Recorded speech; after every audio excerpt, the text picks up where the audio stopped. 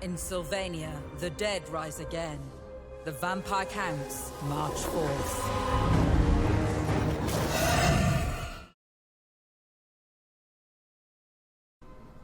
Hello and welcome to another Total War Warhammer guide. Today we continue to look at the new DLC, Grim and the Grave, and we're looking at the Strigoi Ghoul King.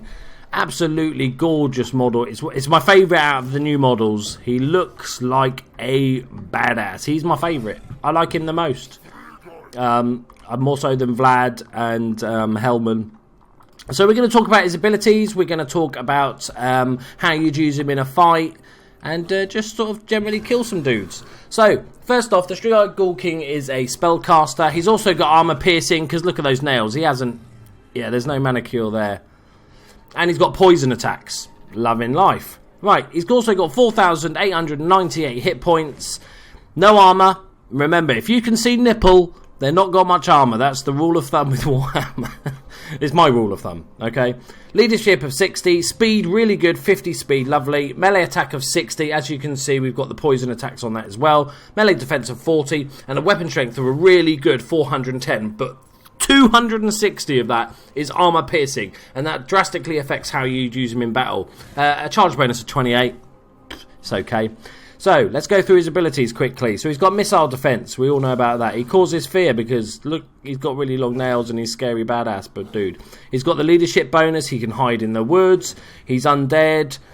We all know how the crumbling and the disintegration works at this point, so I won't go through it. He's also got the Curse of the Undeath Aura, which just heals and resurrects allies. Map-wide, so any ally unit continuously heals, which is good. It's very, very slow, but it's, you know, all helps, keeps him in the fight longer.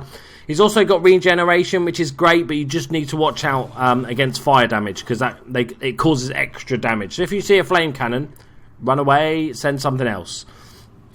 So let's talk about his spells. So, first off, we've got Spirit Leech, which is a direct damage spell, relatively short range of 100 meters, and good versus single combatants. So the heroes of the army, a giant, that sort of thing. Even sort of small units of elite, infantry or cavalry can still do some decent damage again. But yeah, nice little spell, pretty sort of standard. Invocation of Nehek, which is the ally buff that resurrects. It's a lot better than the passive one that goes on. 200 meter range, resurrects dead combatants and heals, all good stuff. Keeps them alive, keeps them in the fight for longer. He's got Doom and Darkness, which is a debuff hex spell. 200 meter range, minus 16 leadership, really good if you're up against like Empire or even Greenskins are probably the best one, because that's their biggest weakness. So if you can focus on that, that's fantastic. Then we've got the Soul Blight, which is another hex spell, 200 meter range, lasts for 16 seconds, and it affects allies within 45 or enemies within 45 meters of the initial cast, and it's a minus 15 armor, minus 8 leadership, minus weapon damage, and minus missile damage. Really, really, really good. Love that spell. Next up, we've got Gaze of Nagash. Again, another spell that's really good against single combatants, but perfect against things like giants and stuff like that. But you don't want to use it against heavily armored guys. So like a steam tank is a single combatant, but it's not got very good armor penetration. So, and it's not very good against like big units. So next up, we've got the Command of the Unliving, which is his special ability. And it's an augment spell. It's basically a summon spell, but it summons Crypt Ghouls, which I'll show you shortly. Then we've got Arcane Conduit, meaning it gets more power and recharge rate. That's great, can cast more spells. And it gets Bloodlust. So it's 24 seconds. It lasts nice decent amount of time. Only 100 meter range, one ally unit, and it gives them plus 20 armor piercing. So that's fantastic if you're finding that your unit of ghouls is up against something that's quite heavily armored. It just gives them some help so they can actually do some damage and actually wear those units down, because that's what the undead is all about, wearing units down over time. So that just gives them that nice boost. So let's talk about how you'd use this guy in a fight.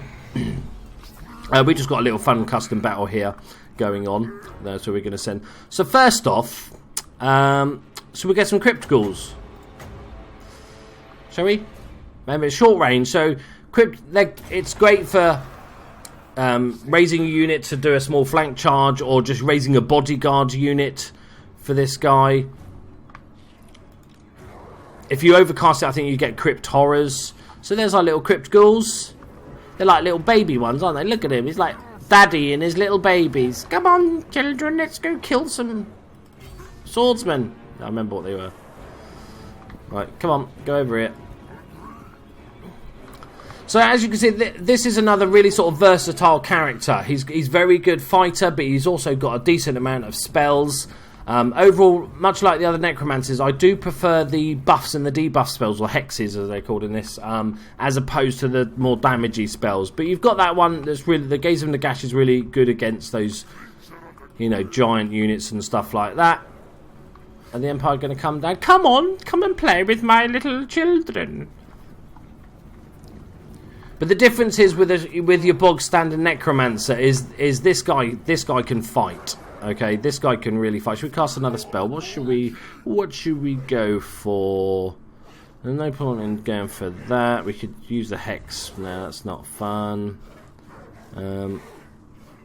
Let's see if we can Gaze of Nagash, their hero, and see how much sort of damage we can do. Good thing about this sort of spell is that even if you don't hit, we did a little bit of damage there. Even if you don't hit, it forces the enemy to move, so that's really good. Let's just send in our little children first, just for funsies. And then we'll send him. Let's boost our... Right, so we're going to go after the hero, I think, with our armour piercing. He's obviously heavily armoured. I think he's just a bog standard hero. Don't get charged. I want you to go after him. Right. And obviously they're no power, so you just use them. Oh. Right. Doing nicely. Don't really want to do a Spirit Leech. Obviously our poor little Crypt Ghouls will probably get torn apart. But like I said, the good thing to... I'm getting too carried away with the game here. He's not the fightiest character, as you can see. He's getting a bit decked, but he can fight. It's not like you just have to go, shit, stay away from everything. You know, he's up against a big hero there, plus a few of his buddies. So the big thing you want to use this guy for is his spellcasting abilities, his regeneration abilities. But generally what I like to do is let those two big battle lines hit each other, start fighting, start kicking each other's arse. What should we cast? Soul Blight.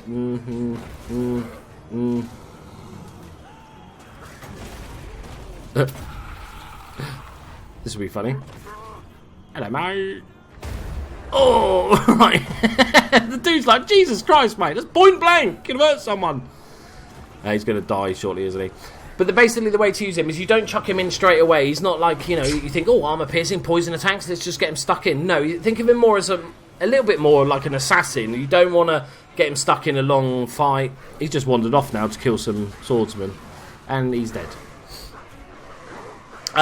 You want to let your two armies fight and then just use him as just like an extra killing blow type thing. You've got two evenly matched units. Bosh, send him in, finish the job, but don't get him tied up, because as soon as you get him tied up in units, he will go down pretty quick, as sort of shown there. There you go, guys. There's my little mini guide to the Strigoi. Hope you enjoy using him. I'd love to know your comments as to who you like out of the new DLC and the free LC. Obviously, Vlad is in the free LC, isn't he? And then you've got Halman and the Ghoul King in the DLC. But I'd love to know which is your favourite out of those heroes and why. That'd be fantastic. Thank you very much for watching, guys. Please hit that like button if you enjoyed it. Subscribe if you're new to the channel, because that's nice. And check out all my other guides. I've done one for every single unit in the game. Thank you very much, guys. See you soon. Bye-bye.